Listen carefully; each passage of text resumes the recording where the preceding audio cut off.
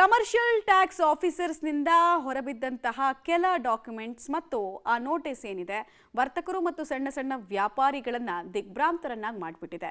40 ಲಕ್ಷಕ್ಕಿಂತ ಹೆಚ್ಚು ಟರ್ನ್ಓವರ್ ವರ್ಷಕ್ಕೆ ಇದ್ರೆ ನೀವು ಟ್ಯಾಕ್ಸ್ ವ್ಯಾಪ್ತಿಗೆ ಬರ್ತೀರಾ, GST ವ್ಯಾಪ್ತಿಗೆ ಬರ್ತೀರಾ ಅಂತ ಅವ್ರು ಹೇಳಿದ್ರು. ಇದರಿಂದ ಏನಾಗ್ತಿದೆ ಅನ್ನೋದಕ್ಕೆ ಡೀಟೇಲ್ಸ್, ಸೈಡ್ ಎಫೆಕ್ಟ್ಸ್. ಮೋದಿ ಕನಸಿನ ಡಿಜಿಟಲ್ ಇಂಡಿಯಾಗೆ ಕೊಳ್ಳಿ ಬಿತ್ತ ಹಾಗಾದ್ರೆ ಟ್ಯಾಕ್ಸ್ ಟಾರ್ಚರ್ಗೆ ವ್ಯಾಪಾರಿಗಳ ಹೈರಾಣಾದ್ರು ಅವರು ಇಡ್ತಾ ಇರುವಂತಹ ಹೆಜ್ಜೆ ಈಗ ಸಾರ್ವಜನಿಕರ ಕಿರಿಕಿರಿ ತರೋದ್ರಲ್ಲಿ ಯಾವುದೇ ಮಾತಿಲ್ಲ. UPI ಪೇಮೆಂಟಿಗೆ ಬಾಯ್ ಹೇಳ್ತಾ ಇದ್ದಾರೆ ವ್ಯಾಪಾರಿಗಳು. ನೀವು ಹೋಗಿ ಏನಾದರೂ ಪರ್ಚೇಸ್ ಮಾಡಿದ್ರೆ ಇಷ್ಟು ದಿವಸ ಫೋನ್ ತೆಗೆದು ಗೂಗಲ್ಲೋ ಅಥವಾ ಗೂಗಲ್ ಪೇನೋ ಫೋನ್ ಪೇನೋ ತೆಗೆದು ಸ್ಕ್ಯಾನ್ ಮಾಡ್ತಾ ಇದ್ರಲ್ಲ, ಅದಕ್ಕೆ ಅವಕಾಶನೇ ಇಲ್ಲ ಇನ್ನು ಮುಂದೆ. ಯಾಕಂದರೆ UPI ಪೇಮೆಂಟ್ನ ಸ್ಕ್ಯಾನ್ ಕೋಡನ್ನು ಕಿತ್ತು ಹಾಕ್ತಾ ಇದ್ದಾರಂತೆ ಅಂಗಡಿಯವರು. ಕ್ಯಾಶ್ ತೊಗೊಂಡು ಬನ್ನಿ, ಬಿಸ್ನೆಸ್ ಮಾಡೋಣ ಅಂತಿದ್ದಾರಂತೆ. ಮತ್ತೆ ಹಳದಿನಗಳಿಗೆ ಬೆಂಗಳೂರು ಮರಳುತ್ತಾ ಇದೆ ಅನ್ನೋದಕ್ಕೆ ಪಬ್ಲಿಕ್ ಟಿವಿ ನಡೆಸಿರುವಂತಹ ಮೆಗಾ ರಿಯಾಲಿಟಿ ಚೆಕ್ ಉತ್ತರವನ್ನು ಕೊಡ್ತೀವಿ. ಬ್ರೆಡ್ ಇದೆಯಾ? ಬ್ರೆಡ್ ಮಾಮೂಲಿ ಇಲ್ಲೇ ಮಾಡ್ತೀರಾ ಸರ್ ನೀವು? ಬ್ರೆಡ್ ಇಲ್ಲೇ ರೆಡಿ ಮಾಡೋದು. ಎಷ್ಟು ಸರ್ ಇದು? 40 ರೂಪೀಸ್ ಮೇಡಮ್. 40 ರೂಪೀಸ್. ಸ್ಕ್ಯಾನ್ ಎಲ್ಲಿದೆ ಸರ್? ಸ್ಕ್ಯಾನ್ ಇಲ್ಲ ಮೇಡಮ್, ಕ್ಯಾಶ್ ಇವಾಗ. ಕ್ಯಾಶಾ? ಆನ್ಲೈನ್ ಡಿಜಿಟಲ್ ಪೇಮೆಂಟ್ ಇಲ್ಲ ಮೇಡಮ್, ಎಲ್ಲ GST ಅಂತೇನೋ ಇದೆಲ್ಲ ಟ್ಯಾಕ್ಸ್ ಎಲ್ಲ ಹಾಕ್ತೀವಿ ಅಂತ ಹೇಳ್ತಾ ಇದಾರಲ್ಲ ಮೇಡಮ್, ಅದರಿಂದ ಕ್ಯಾನ್ಸಲ್ ಮಾಡ್ತಾ ಇದ್ದೀವಿ ಅದನ್ನು. ಕ್ಯಾಶ್ ಅವರನ್ನೇ ಮಾಡೋಣ. ಕ್ಯಾಶ್ ಇಟ್ಕೊಳ್ಳಲ್ವಲ್ಲ ಸರ್ ಇವಾಗ? ಏನು ಮಾಡೋದು ಮೇಡಮ್, 18% 20% ಟ್ಯಾಕ್ಸ್ ಹಾಕ್ತೀವಿ ಅಂದ್ರೆ ಎಲ್ಲಿಂದ ನೋಟಿಸ್ ಬರ್ತಾ ಇದೆ? ಬರ್ತಾ ಇದೆ.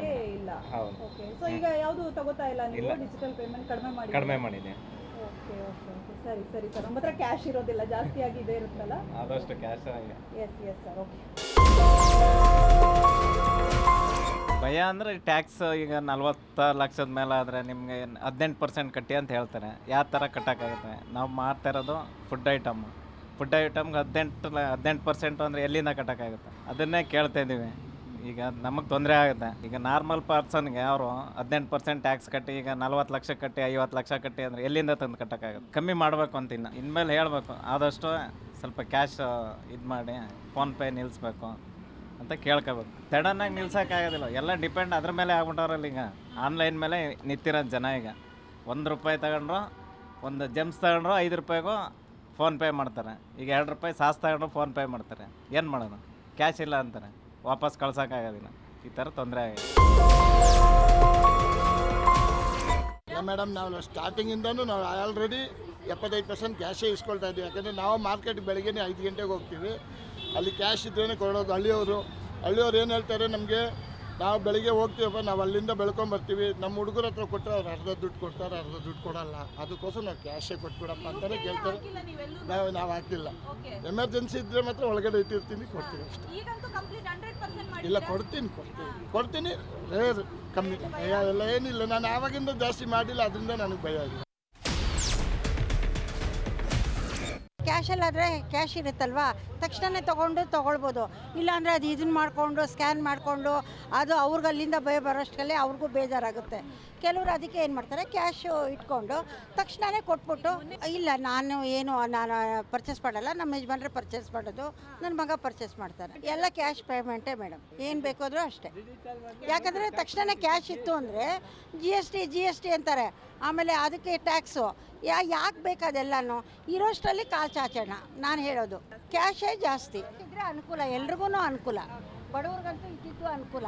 ಯಾಕಂದರೆ ಪಾಪ 10 ರೂಪಾಯಿಗೆ ವ್ಯಾಪಾರ ಮಾಡ್ತಾರೆ, 5 ರೂಪಾಯಿ ವ್ಯಾಪಾರ ಮಾಡ್ತಾರೆ. ಇಲ್ಲಾಂದರೆ ಸ್ಕ್ಯಾನ್ ಮಾಡೋದ್ರೆ 5 ರೂಪಾಯಿಗೆಲ್ಲ ಏನು ಮಾಡ್ತಾರೆ ಅವರು? ಅದು ಹೋಗಿ GST ಹೋಗಿ ಅದಕ್ಕೆ ಬೇರೆ ಹೋಗ್ಬೇಕು ಅಂತ ಬೇಡ ಮೇಡಮ್. ಇದ್ರ ಬೇರೆ ಬೇಡ.